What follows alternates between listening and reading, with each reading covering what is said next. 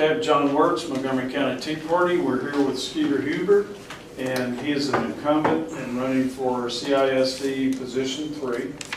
It's Wednesday, September 19th, and with us is Del Fessenden, Bob Bagley, John Boucher, Dennis Tibbs, and Pat Tibbs.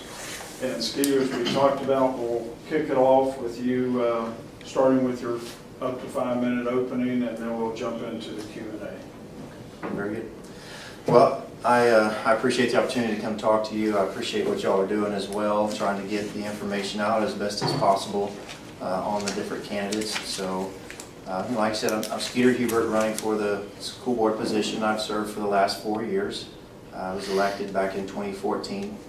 I ran on 3 different campaign promises, if you will, at that time, and one was to make sure we had a balanced budget, which we have every single year.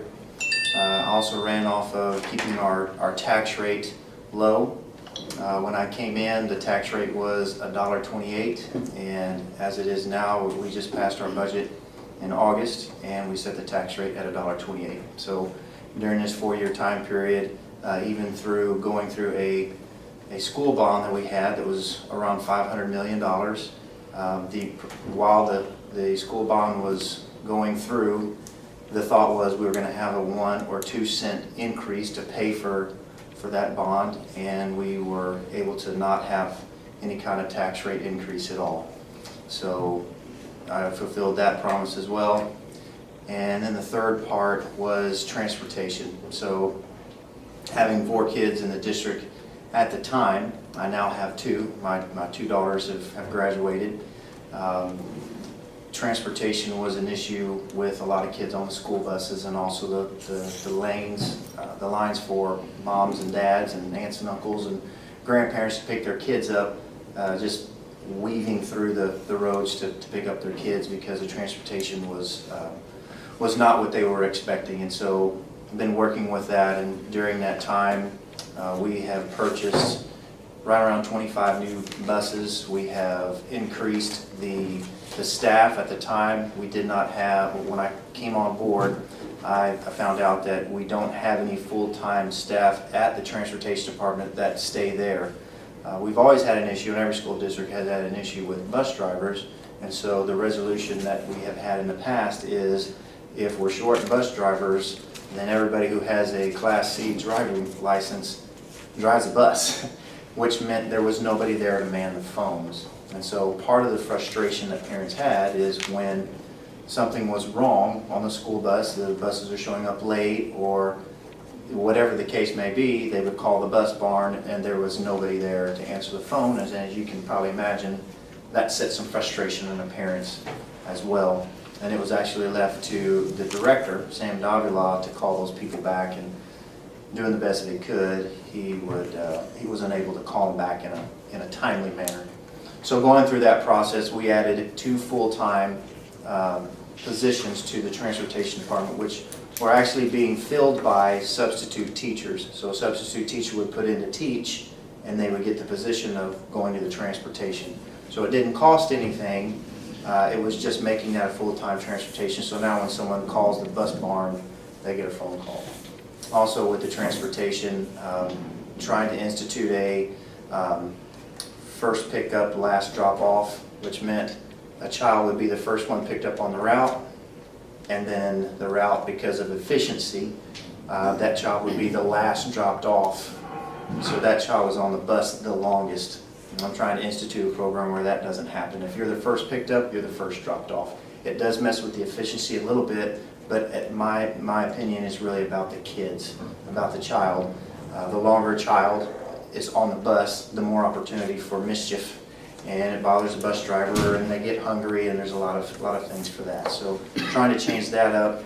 And the other piece was we had some of our longer bus routes were being manned by buses that did not have air conditioners. Not that they always use the air conditioners, but if it's not even an option, it's not even an option for them. So exchanging those longer route buses with buses that have air conditioners, and refurbishing buses to have air conditioners as well. So those are the areas that I worked on. That's what I ran on. I'm looking forward to running again. I think the newest issues now are safety for our children, continuing to keep the budget balanced, and then obviously continue on the transportation. So, that's my open. Thank you. Great, thanks. Mm-hmm. And thanks again for coming in tonight. You bet. How much is the unassigned fund balance as of right now, I guess, or in August, do you know?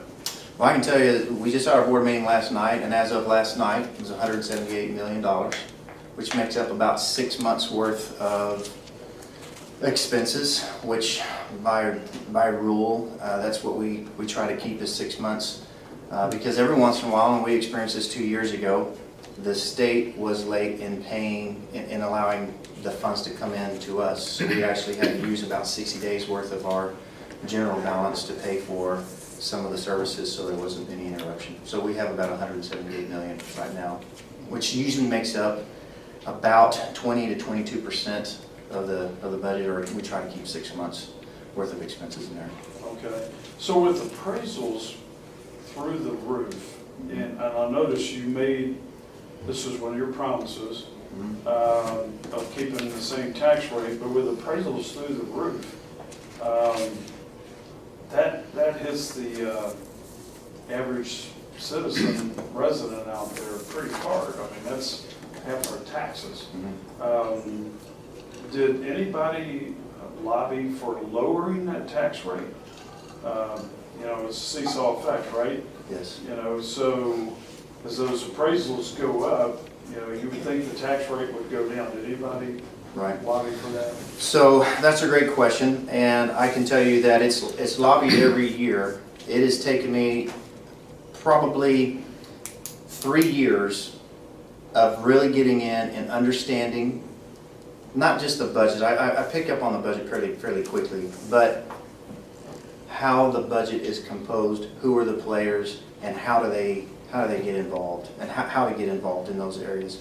So there are some facets that I believe that need to be addressed to lower that. So yes, we do advocate for a lower tax rate. Was that it? Go ahead. Oh. Go ahead and finish up, and if okay. If you think you're going Really- to have some time, we can come back. Okay, so really quickly, I think one of the areas that we can impact it directly is, as a taxing entity, we vote for the people that are on the appraisal. So that's a big deal, in my opinion, voting for the people on the appraisal, and we try to place people on that appraisal board that are very fiscal responsible and conservative as well. I didn't know there was anybody on there in that category. We try hard. I could tell you a story later. Who's y'all's guy on there?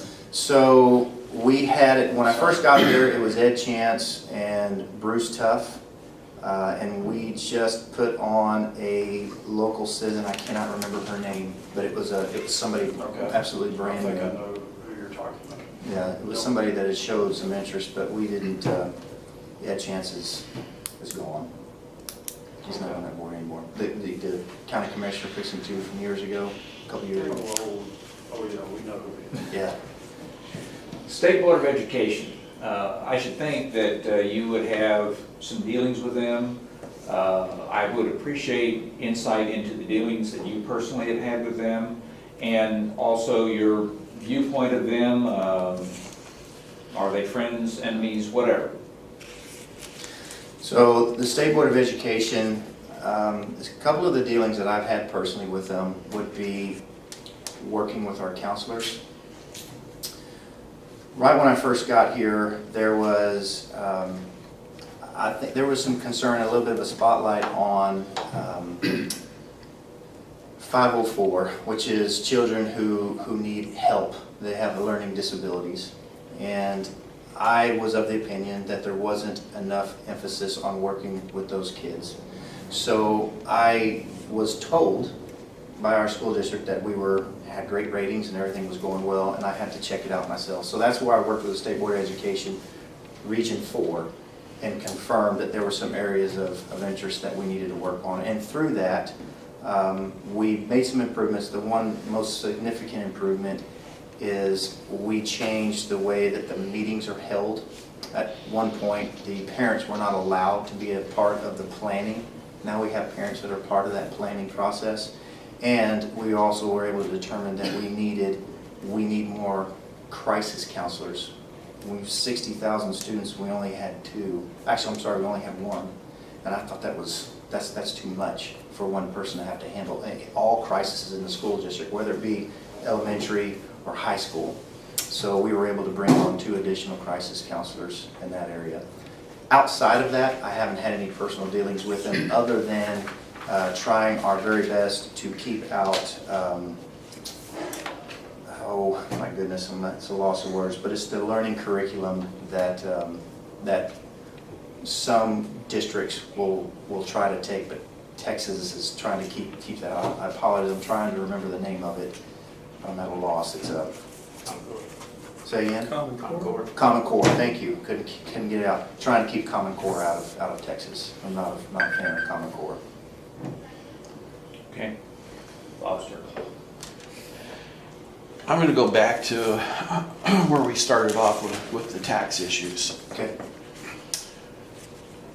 What have you done to try as a board member to lower the tax rate? Not the appraisal district, nobody else. What have you done? Did you bring it up? Did you do anything to try to lower the tax rate? Yes. So 2 particular things. My background is insurance and investments. So what I went to is the investment accounts that we have. So we were doing it basically. Mr. Rice, who is our controller, if you will, he was in control of everything, which was perfectly fine and very normal, but he was also managing the investment accounts as well, or a particular investment account. And so we found a third-party person to go out at a very, very low fee and generate some investment income for us, for one. Second of all, part of my specialty is working with large group health insurance plans. And our large group health insurance plan has not been out for bid in over 17 years, and I thought that was ridiculous. So I had a good meeting. I was able to enlighten the insurance team, if you will, and the way they do it is there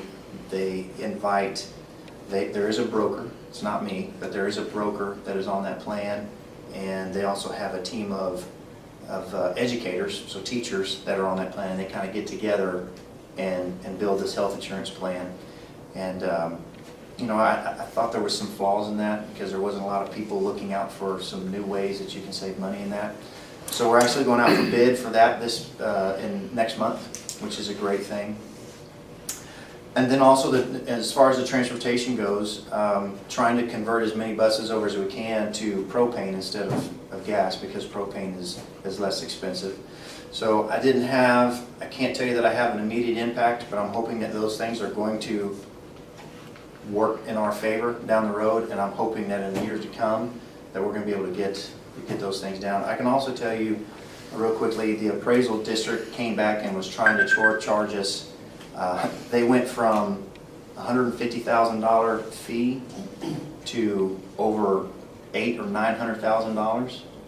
And it was kind of just going through it, and me and another board member picked up on that, and we were able to come back and get that back down to $150,000. It was kind of silly how that happened, but that was one thing that we caught. So Okay, that's great for cost reductions. You didn't answer my question. What What have you done to try to lower the tax rate? You've got the same tax rate now that you went in with. Right. The tax rate's not the issue. The appraisals are the issue. Don't blame it on the appraisal board, because the appraisals come in. You can lower that tax rate so that the amount that you're taking in, the millions of extra dollars a year that you're taking in, you're still allowed to take that money in because the tax rate isn't going up, but the appraisals are going up. That line from that appraisals and the tax rate need to come closer together. What have you done to lower the tax rate? Not the spending, the taxes that we're actually paying. So what have I done to work on lowering the tax rate The tax directly? rate, yes. Have you brought that up in a board meeting. Have you Yes. addressed that? Yes, And- yes, And lobbied absolutely. for that? I mean, that was one of the first questions. What have you done to lobby Right. for the tax rate? So directly answer your question, what have I done for that personally? So I have brought that up. I have brought that in to say, is there a way that we can lower this tax rate from $1.28 to $1.27 or to anything at all? And the answer that I am given at the time is we assume that the appraisal is going to be 3%. So that's why the tax rate is what it is, but then it eventually comes in much higher. So it's at 6 and 7%, and so now we have this overage. So the question I've had is, well, if we have this overage, then what are we doing with that? How do we refund that back to the taxpayers? You don't.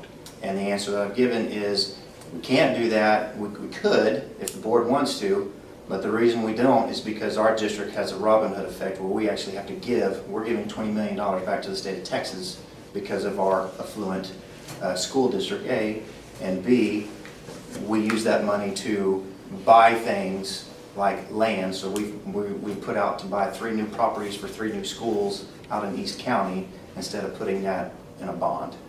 So I'm not 100% comfortable with those. I have not lowered the rate. We do ask those questions. As I get years of experience, I get better at being able to figure those things out. So I know it's not probably what you're looking for. I have not had a direct, I can tell you I have not lowered the tax rate yet, but I'm working on it. We're all working on it. We want it to be lower. You've addressed this in a board meeting? Absolutely. And so I can go find it on file? Sure. Okay. Yeah, absolutely. And you say the answer you're given is by other board members. No, it's been by the leadership, so those that help make up the budget. So Mr. Rice, Dan Rice, Don Stockton is part of that, and so other areas. And yeah, there's been some other board members that have talked to me about these things as well. And where we really get into those conversations is in our workshops. So if you go back, you'll have to look at the workshops. I assume that they're taped. I'm not sure. I know the board meetings are, but the workshops is where you're going to find that information. Okay. How you doing, Steve Hubert? Good. Welcome. A lot of government agencies or local city going to zero-based budgeting as a way to target their spending. Do you believe in zero-based budgeting? So for the school district or in general? In general, and In for general. the school district as well. I don't see how it'd be different. So it's a great question, and I need to find out more about zero-based budgeting because the way it has been explained to me is when you do a zero-based budget, it's hard to determine what that tax rate is going to be on an annual basis. So I need to find out more about how that, if that's true, and how that's really going to affect our district. I'll Well, look into that. it has to do with starting over every year and just Yes. basing your budget on needs. As you mentioned, land purchases and so forth, things change from year to year. Mhm. So I was just a little bit wondering how that would comport with your answer here, that you think budget increases should be a factor of student enrollment growth. Because that doesn't comport with the zero-based budgeting, with the changing factors. That's my question. How does that work? So we're averaging 1,500 kids a year that are growing. So when I got there, it was like 57,000 students. We have a little over 63,000 kids now. 77% of our budget is based on payroll. So we've got the salary and then the benefits and things of that nature, which only leaves 23% of it for non-payroll areas. So in that area, for the zero-based budgeting, I said I just need to find out more about it. I mean, that's a great challenge question. I don't have a direct answer for you. I can't smooth talk my way into one because I just don't have an answer for you. But I'm happy to find out how and if that's going to help our budget and be a better fit for us. I'm all for it. I certainly don't have all the corner on all the great ideas, and I'm willing to listen to whatever would work. Right, well, the payrolls are relatively fixed expense at 77%. I mean, that's probably about the same every year going forward. So you can see as student growth would increase, you wouldn't really necessarily need to increase your budget on that because the payroll's going to be the same. Maybe your teacher to student ratio might change a bit, but your a zero-based budget would make more sense than doing this based on a percentage, a factor of student enrollment growth. You understand? Yeah, I believe I know where you're going with that, yes. So I tell you what, I do want to look into that, and I'll get back to you with a couple of different answers and thoughts. I appreciate you bringing that up. In your opening, you were talking about the issues at the school bus barn and the frustration of parents when they call and nobody answers the phone. And I was thinking in the back of my head, what if they call forward that to somebody who's going to be in there to answer the phone? So that's half of the question. And the other half is about cell phones. Do drivers have cell phones? Are they allowed to use cell phones? Do students have cell phones on the bus? Do students have cell phones in schools? So what's the policies regarding cell phones for students and bus drivers? Okay. So the direct answer is, for your, the first part is, there was a call forwarding, it was to the director, and you know, there's no sugarcoating, he just wasn't doing it. How much do So you get paid?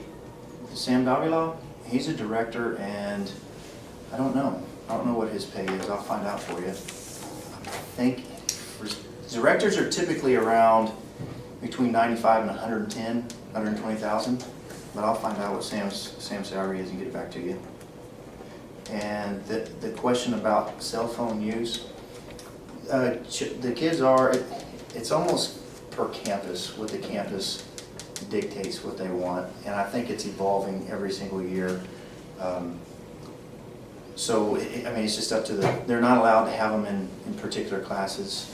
Some schools don't want them at all. We allow the schools to kind of dictate how serious and how much they want to enforce the cell phone. On the buses, yes, the bus drivers, they are allowed to have cell phones. They are not allowed to use them while the bus is en route. They're not allowed to sit still with children on the bus, which was an issue before. If someone, you know, if there was 20 minutes apart between, if a child was supposed to be picked up at 8:05 and the next one was at 8:15, they're not allowed to sit on the side of the road for 10 minutes. They need to show up when they've got to be there or They be in sit front at of the the bus pickup stop. spot? If they have to, yes. Okay. But sometimes they were sitting on the side of the road, and that's just dangerous. And it honestly, it's not a good look as well for a bus driver to be sitting on the side of the road with, you know, sometimes one kid. That's just not a good move at all. So kids not allowed to have the phones in class or just not allowed to use the phones? They're allowed to use the phones, so they shouldn't be allowed to use the phone. But once again, some of the campuses, like for example, one of my kids goes to the Woodlands. I dropped off some stuff that he forgot at home. I dropped it off at the school, and typically at McCullough or at Bush or Mitchell, they make a note and then they run it down to him. They say, just call your son, tell him it's here. They don't even. So every campus is a little different. Okay. Under the debt category on that question there, the question was, what is Conroe's current 2017 bond indebtedness? You talked about the 2015 bond was $500 million that we talked about when we were coming in, but what the question was, how much indebtedness is Conroe Independent into right now? 526 million. Of the 2015 bond, we asked for 486 million, and that passed, and all in interest and everything, it's 526 million. Is that what you're asking? Yeah, but when I go to the Texas Bond Review Board, it paints a little different picture. It's saying that, and all of these don't retire. There may be one that retired August 15th, and that was for $1 billion. But it's saying that the bond indebtedness is 1.67 Okay, billion. 1.6 billion. My apologies. I thought you just. I read the question as just the latest bond, so I did not look at all of the bonds together and add them up. Because like I said, some of them are retiring, but they're usually 20 to 30 years out, so I can see where you got that number. Right. With you said 63,000 population. If I push the right buttons on my calculator there, I came up with $27,335 per student. Does that seem reasonable to you? And how does that compare with peers, especially if we're going into a new bond Okay. next year? So we got an award. We've got this award from the comptroller's office over the last 6 years. It was before I got here as well, but the last 6 years, not just on transparency, but on efficiency. And so the 27,335 is one of the lower numbers in the state of Texas on how much we spend. When the money comes in, how much of it do we spend on kids? And what is the outcome? So you spend the money, what's the outcome going to be? And there's basically 9 quadrants, and the top right quadrant is where you want to be, and we've been in that for the last 6 years. So I do feel comfortable and confident that the number that you're coming up with is the right number, because we're not just spending the money, but we're also getting the results for the kids that are graduating and moving on as well, according to the comptrollers, the state of Texas comptroller. Okay, back to my original mantra of the State Board of Education. You commented that you have made efforts, and you want to keep Common Core out of schools. And that sounds like a good objective. I don't know how familiar you are with Senate Bill 6. It was passed in 2011 in the legislature, which basically stripped the State Board of Education of a lot of their oversight of curriculum. And of course, that would have been a good, Senate Bill 6 was just the wrong thing to do if you want to keep Common Core out of schools. Okay. So I didn't know what your familiarity with that was, any efforts that you would make to want to reverse that. Of course, the big name at the time was Cisco, as was mentioned. But all of that has unfolded into the current one of the International Baccalaureate Program. I don't know if you're familiar with that or not. It's, as far as I know, it's not in CISD. I don't know whether CISD has entertained it or not. But again, this is a curriculum concern, which kind of follows on, as far as I can tell, with Common Core. So I don't know whether you're familiar with International Baccalaureate. Has that been a discussion within CISD? What have you done in relation to that? Okay. So the one that you're talking about, I'm not necessarily familiar with, but I can tell you with all the confidence in the world that we don't want it. We don't want Common Core.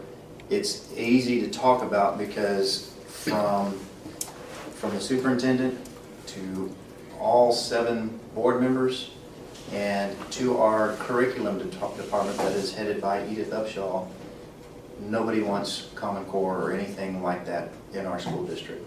So we haven't really talked much about it because it hasn't really been a concern. We don't want it. Every once in a while, there is a teacher that feels the need to suggest things that Common Core would cover in the classroom. When it gets reported to us, we immediately contact. They are immediately contacted and said, basically cease and dismiss. It is not welcome. Those thoughts are not. They're not part of a curriculum that we could support. Are you all familiar with the UN program called International Baccalaureate? I am not. Okay. I am not.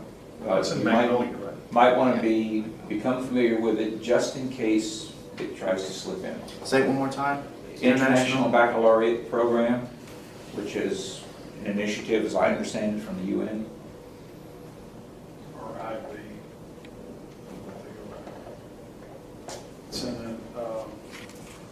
It's in full bore in Magnolia, right? Right. ISD. And, you know, just a suggestion that the State Board of Education would be your friend on helping ward off all those unwanted programs if they were allowed to by the reversal of Senate Bill 6 from 2011. Okay.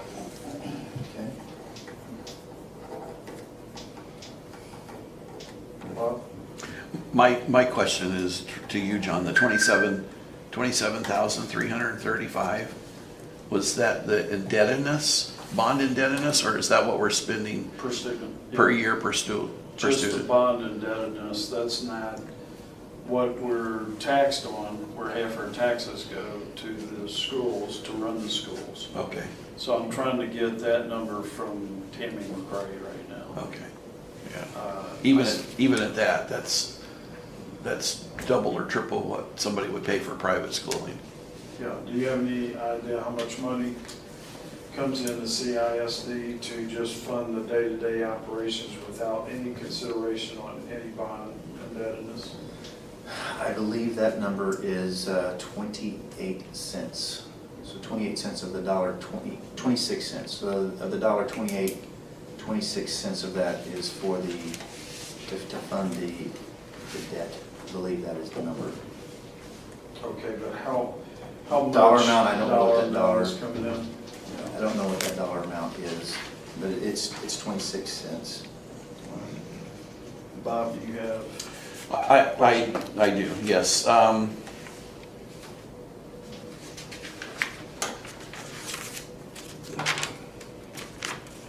Serving on a board takes on a lot of responsibility. I've sat on one for 8 years now. And it's not always easy to make the meetings. But we have to schedule our vacations and everything else around the board meetings, because that's what we got elected to do. That's what the people expect us to show up for. So I'm just wondering, how's your attendance been as a board member for board meetings while you've been on the board for the 4 years? Sure.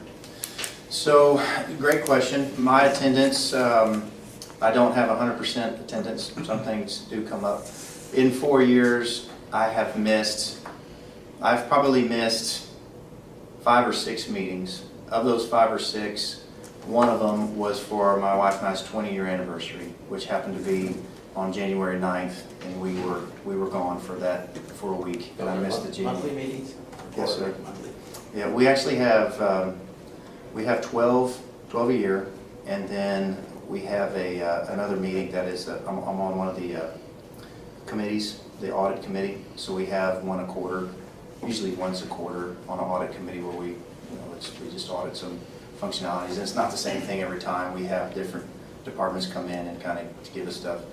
And then workshops, I've never missed a workshop. But yeah, there is some that I have missed due to work related, and there was one that I did miss for a vacation I did. So you went from audit to workshops, and said you didn't miss any workshops. What about audit? The audit meeting? So the audit committee, yes, I have over 4 years. I've missed probably 1 or 2 audit committee meetings as well. What about your budget meetings? No, Never missed a budget meeting? no, I voted. Well, let me back that up. Last year's budget, I was not there for the budget meeting. I was there for all the workshops, but I was not there. I did have business. I mean, it's a voluntary position, so I do have a business. I've got 4 kids and a wife, so I did miss that vote for the actual to set the tax rate. That was last year. So, okay. Sure. You said student safety was one of the top 3 issues facing CISD in the next 5 years. As you may have heard earlier this week, a student brought a gun to school on the 9th grade campus over on Holcomb Boulevard. Can you talk about this a little bit? What do you think should be done to improve school safety, and what have you advocated for to improve school safety? I did hear about that. It was very unfortunate. The kid is hopefully going to regret that for the rest of his life. So there's a couple of things that I've advocated for and we've done. So first and foremost, with the tragedies that are happening, I can also tell you that I do believe that schools in general are safe. There have been things that have been happening, but if you take all of the schools in the nation, it's still it just gets a lot of publicity, but it's not happening to every school every single year. But even with saying that, we do need to protect our kids, and is our responsibility. So to directly answer your question, I have advocated for a meeting, actually, Marquio, Steve Toth and I got together, and this was back in the summertime, to put together what we had kind of established and found out was, in the event of a tragedy or something that's going on, there wasn't a strategic plan that was communicated with all policing agencies in the county. So Steve Toth and I got together and we put that together. So we had our police department, sheriff's department, Conroe Police Department, Shenandoah, all of them sat down to put a communication together for that. The second thing is we've also found out that the communication system that Conroe ISD uses is extremely outdated, and the walkie-talkie systems that they use are very muffled, and they don't get it. They don't get the information as well as they need to. So we have upgraded. We've upgraded that. Also advocated to make sure that every campus, every elementary school, and every junior high school has a dedicated police at their locations. So we have that now. We just put that in the budget and put more policing out there. Every entrance you have to be buzzed in through 2 doors. We put glass up to protect the front staff, and we've done all this, and then security cameras. So we're continuing to do those things. So and those are personally things that I've advocated for. May I ask a follow-up? So there was a big hubbub at one of the schools within the county a while back with parents walking up to pick up their kids instead of driving up because of the lines you mentioned earlier. Mm-hmm. How do you deal with that, and how does that relate to school safety in your mind? So one of the areas that we've tried to do with the new schools is to make it to where the kids can, the loading line wraps around the school better to get the cars off the road. So that's one area. I think that it's unfortunate, but we have 288 routes and 250 bus drivers. So unfortunately, a lot of the buses are doubling up, and parents, I can speak to this as well, parents, their kids have after-school activities that they just can't wait for their kid to come home, so they go pick them up, which makes everything that much longer. So I don't know, I don't have all the ideas on that. I just don't. But I think one of the areas that we're doing is with these new schools is instead of pulling in and going right to the front, we make it to where the loading area kind of wraps, so you can have more cars in the line and off of the road. We're certainly doing that at the new schools, and then some of the schools that we are upgrading, like Austin Elementary, out off of 105. We're doing that as well because they had no loading area at all. It was just right there 105 when you get on. So we've made it to where it wraps around as well to get the kids off of the main freeways. Okay. You won't be surprised to hear that people hate taxes. Sure. And yet, every year, we're bombarded with higher tax rates and higher appraisals and more taxes. And we have thousands of special purpose districts that tax us. And when we started looking at them, we learned that almost all of them, like CISD, have hundreds of millions of dollars socked away. And if I could compare this to the gas crisis in '72, you probably don't remember that. But everybody was hoarding gas, and somebody calculated and said, everybody's got an extra half a tank of fuel, of gas in their car, which equates to a couple of months of petroleum reserves, just because they're basically hoarding it. And I would say that the special purpose tax districts are almost the same. Everybody's got a couple of $100 million. And it's almost the opposite of insurance, Everybody's not gonna go broke at the same time. All these districts do not need a couple of $100 million. So is that something that your board would look into or that you would support finding a way, maybe to coordinate with other districts, maybe to coordinate with the legislature, to find a way that everybody doesn't have to keep that large amount of money just sitting around. They can be put back into people's pockets. Well, I certainly am open to it. I mean, I think that's one idea, and I don't know why every idea can't be explored. Like I said earlier, I don't have all the ideas. I don't think anybody has a corner on all the ideas, you know, the best ideas. So these kind of conversations, I welcome them, and so that's something that needs to be looked into. I don't know why we don't look into that. When we do have our budgets, the balanced budget means to me that every dollar that comes in is allocated. So we have a balanced budget. If we bring in $480 million, then we need to have a place for $480 million to go. I can also tell you that I believe that the $178 million that we have in the general account, it does to me seem too much. I do want to make sure that we have continuity, and then if things do come up, I understand that we need to have money set aside. Everybody understands rainy day, and we have to make sure that we have money set aside. Is 6 months revenue the right number? Only in 4 years of being on there, I have never seen us have to dip into that in an excessive amount of money, like $80 million or something. I've never seen us step into that. I think that's what a person gets with experience on the board and monitoring and watching that board to find out, okay, now I've been on the board for 4 years and we've never dipped into that. So is it necessary? Is there a way to cut back on that? So that's something that I'm monitoring and watching, and I don't think that is something that I could have come into on year number 1, because I just didn't go through that. But now that I've gone through 4 budgets, and this is how it works, and I understand that we budget at 3%, but it always comes in at 7%, and we end up having more money going into the general account. That's something that I want to work towards in the next couple of years is, all right, let's get these numbers, let's adjust them. And I think that would directly affect our tax rate. Is the district self-insured? I mean, if all the schools burn down, do we have to replace them? We are not self-insured for liability, no. So to We're need self-insured that- on the health insurance plan, but not on that. To need that 6 months insurance, everybody would have to stop paying taxes on it. I mean, I don't really understand why you would even need that kind of money. And that's what's coming to the forefront of my mind is, I know we need some, I know we need a lot. I don't know that 6 months worth is the right number. Okay, thanks.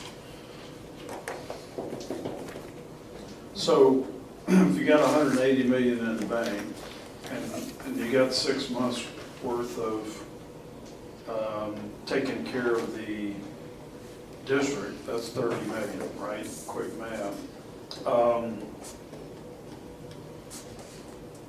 As far as operations, taking care of operations. And what it sounds like to me that you're trying to plan for is if the state doesn't give their fair share, or whatever you want to call it, right? They were Part of late, it, they yes, were part. late on, One time, two years ago, okay, just one time. just one time that I've been on the board, and it was not $100 million. Okay. All right, so you'll have an overage there, remaining 12 million out of 500 million. So y'all have already spent 500 million, right? On Allocated. Allocated? Mhm. Okay, bricks and mortar. And when is that gonna be needed? Because, you know, how thick was that budget? 370 pages? Was that? Okay. I read it. It was I read big. it. I read it. And I'm like, you know, some of the forecast on here, I think was greater than 2% or 3% growth is along the lines, wasn't it like 5 or 6%? And I'm like, you know, we're not growing that much right now. We might, but we're not there right now. And it just seemed like we were applying a lot of this bond money to something out in the future, and we were doing it now, and these bonds were sold, and you know, somebody's made a lot of money off these bonds, right? And it's like, I'm kind of scratching my head, it's not adding up. And so I was also looking at the capacity numbers, and it didn't seem like all these schools were at capacity. You know, so it seems like, wow, we're just, you know, drunk on bonds, you know, getting bonds passed and building schools, and we hadn't even hit capacity on all of them, maybe not even on half of them. I mean, is anybody really kind of looking at that? Yes. Yeah, so to directly address that, we have about 180 FEMA trailers that kids are in right now, portables. Mhm. We have about 180 of those, and some of them are in excess of 20 years old. And we move them around. So what happens from time to time is we have a school here that has a capacity of 600 kids. And we have a school down the road that has a capacity of 800 kids. But the 600 kid capacity, we don't schedule planning a new building till, or even rezoning till that capacity is 120%. So if we end up having, well, like, you know, a good example is Patterson Elementary. It's designed to have about 900 kids. It's almost 1,200 kids right now. Where do we put those kids? We have to rezone. Nobody likes rezoning. So we wait as long as possible for that rezoning, but then we eventually have to do that. So on the table right now is we've just put a rezoning committee together because we do have to do some rezoning, especially in the, that's where a lot of our growth is happening in Conroe and out in East County at this point. And so we wait as long as we possibly can, but then also with these, you know, these portables, these FEMA trailers that these kids are in, along with the other roofs that are, you know, that they have to be replaced, and all the other things, that all gets accounted for and gets put into the bond. So those are the areas that get put into the bond.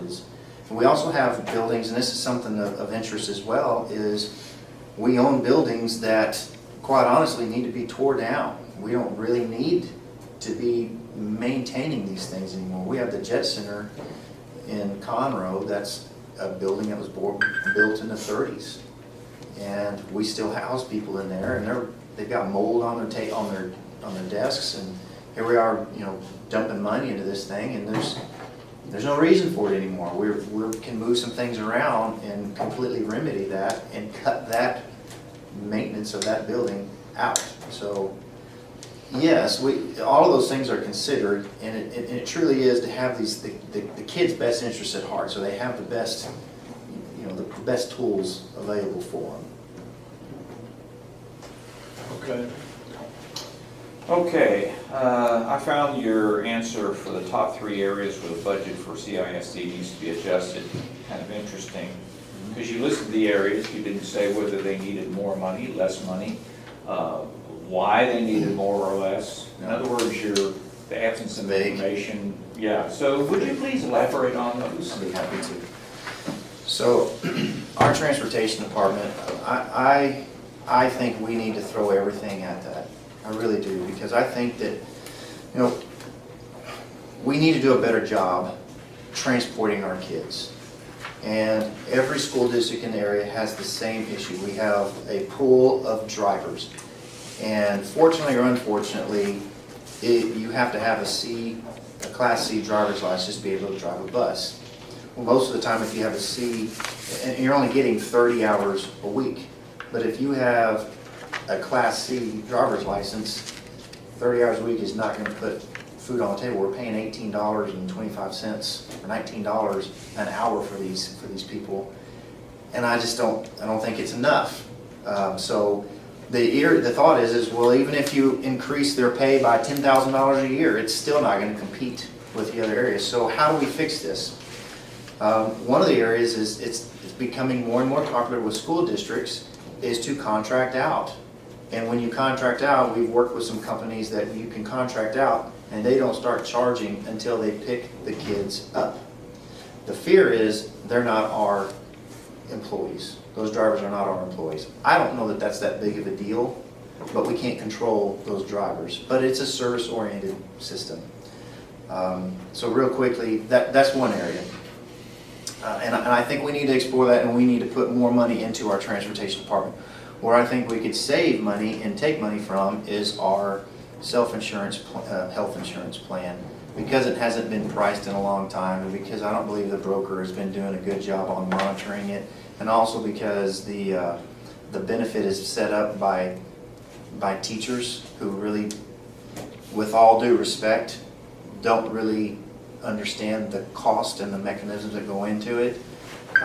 That's an area that I feel almost confident that, I mean, it's around $50 to $55 million a year. I know we can knock at least $10 million off those premiums on an annual basis. And how we spend that $10 million is, is obviously up to everybody here, but or everybody in the district. But I know that we could save some money there. So I believe that even though our budget for it came out yesterday that we have brought in $1.4 million and we've paid out on our self-insurance plan, I think that delta could be much, much wider at this point. How many people? How many employees are covered? Almost 8,000 employees, and probably as far as lives on it, I mean, they pay very, very little. 8,000 and 50-something million? 54, I think it's $54 million is the total. The teachers pay, I'm sorry, not 44. The teachers pay 20, and the school district pays 24 million. You mentioned it was a self-insured plan. Do you know what the stop loss is on that? I believe the stop loss is like $300,000. I believe that's what the stop loss is. I have to go back and look at that. It might be higher. I think the stop loss was $300,000. The only reason I bring that up is you mentioned it as sort of a justification for having that much money in the bank, having a self-insured plan, but if you have a reinsurance with a stop loss, that doesn't make sense. You understand? Yes, I understand, but and to add to that, it's how the biggest moneymaker for insurance companies is the deals that they make with the pharmacies, with the pharmaceutical companies. And so everybody wants to go generic, but whenever you can't go generic, I'm sorry I'm cutting into my time, but when you can't go into the generic, then you have to go name brand. So what the name brand does is they come in and so Aetna will come to the school district and say, name brand is $45. We'll charge you $35, and everybody thinks that's a great deal. What they're missing out on is all of the rebates that come in. So really the cost is $25 for name brand, and they're charging $35, so they're getting that $10 delta, and then they're also getting the rebates on top of that. I want to change that. It's an oversimplification. There's more drug tiers than that. There's about 5 now. Say again? So there's more drug tiers than 2. Oh. There's about 5 now. Yeah. I'm sorry, I'm Yeah, I cutting agree. into Mr. Magnus' time. Last question. Was that all of them? Dale? Was that all of them? Well, I missed one. I ran out addressed of 2 time. of 3. The investment accounts is the 3rd. Yeah, the investment account. So what we did was we just changed that. And the investment account it's not that big, but every dollar needs to be accounted for. So we started with $50 million in the investment account with TCC investors. It's up to 51 million. We started with 50 million. We're now at 51, a little over 51 million. But the rate of return is below the Treasury, and so we've had to address that. And one of the things we did was they were going out 3 years, and interest rates are creeping up faster than that. So we have shortened the duration on that part. And then I'd like to see if we could put more money into those accounts as well, instead of keeping it idle in the general account. Okay, I'm going to try to make 2 quick ones for you. Number one, with all the bond money and all the money that we spend, we still don't have all the equipment that the teachers need in their classrooms, and they're paying out of pocket for supplies for their classes. That's wrong. And kids are having to sell candy bars and things like that so they can afford new playground equipment for their playgrounds. And yet we've got, how much is our stadium worth? How many millions of dollars? The Woodford Stadium? Yeah, not only that, but we're sitting with $178 million in the bank, and we can't pay to upgrade the school playgrounds. Mm-hmm. I have an issue with that, do you? Well, I have an issue with, so those are funded by the PTOs. We build the schools. No. The playgrounds are funded by the taxpayers. Yes. Okay, so we're paying for the taxes for those playgrounds to be built, and yet they're not taken care of. And any maintenance for them or anything else, the kids are having to sell candy bars. And again, we're paying more taxes through the candy bars to be able to take care of the equipment. What I meant by that is we build the generic playgrounds. And then the PTOs come back and say, well, we want this, we want that. And so the school district says, if those are the things you want, your PTO is going to have to pay for those things. Now, we do maintenance them, but if they want it to be covered, or if they want more basketball hoops, or if they, whatever the case may be. So the PTOs have to pay for those things, and that's what they do. Do you do that with the stadium? Do you do the press boxes and the press comes in and says, oh, we want this, and you charge the press to upgrade the stadium? So the stadium, that comes through sponsorships. So That whole stadium was paid for by sponsorships? No, not at all. Okay. Not at all. Okay, so we're back to the same thing. We have $168 million to $178 million sitting in there, and we can't take care of the properties we have. No, we do. We take care of the properties that we have. I apologize, I'm not completely following what you're saying. We do maintain and take care of.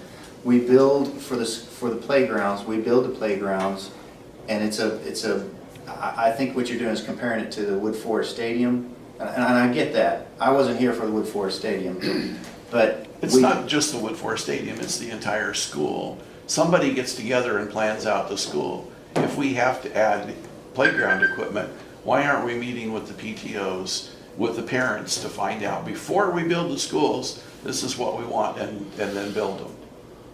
Instead of more taxes. And that's basically what we're doing, where we're buying candy bars. I'd rather just give the money and not buy the candy. And we're doing both. So this ties into the taxes.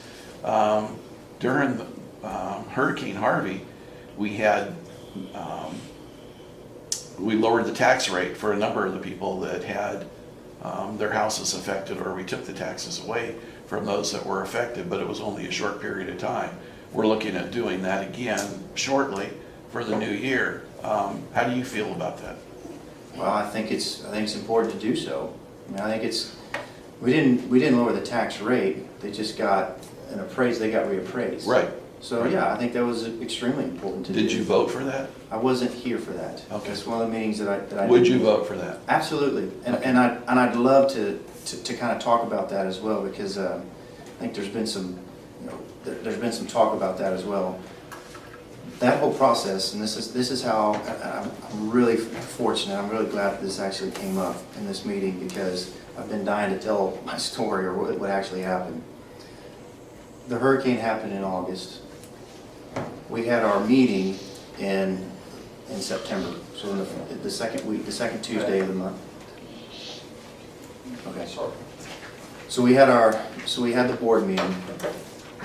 The budget for the board meeting has to be posted 48 hours, working at 48 hours ahead of time, which means Thursday is the last it can be put up.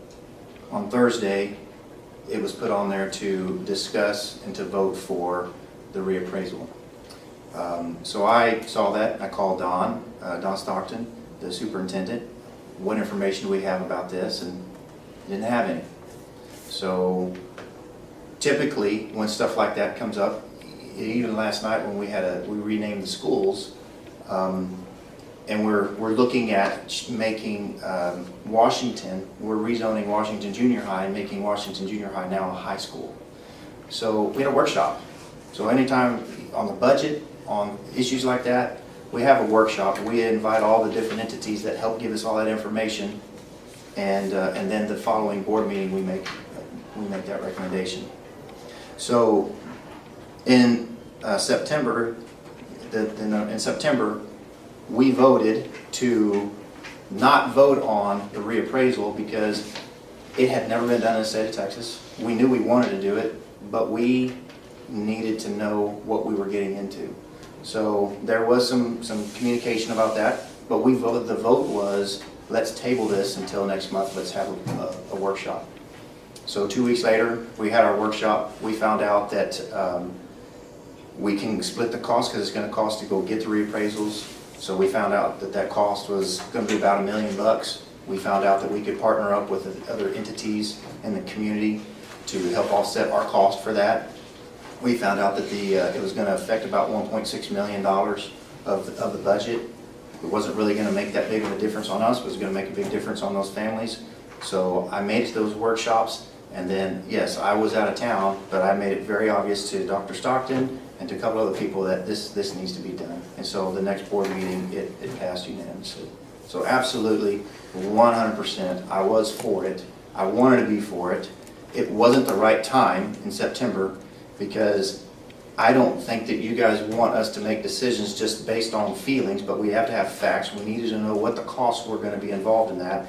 Everybody on the board wanted to do it, but five of the people on the board said, this is not our process. We have a process on making big decisions like this. We need to have a workshop. We need to bring in Tammy McRae. We need to bring in all these different entities to find out how this works. And it worked beautifully like it should have in the following month. The next board meeting, we voted on it, and nobody was hurt. So that was the proper way to do it. Okay. Was Eric Yallick's article, I don't know if you read this, I did. about the whole endeavor, was he correct in this assessment, or wrong, or, I don't know. It sounded like a lot of the information was in y'all's hands, including the report from Tammy McRae on the 14th, with the meeting being the 19th. Yeah, so completely wrong. Completely wrong. Tammy McRae was invited to come. She did not speak.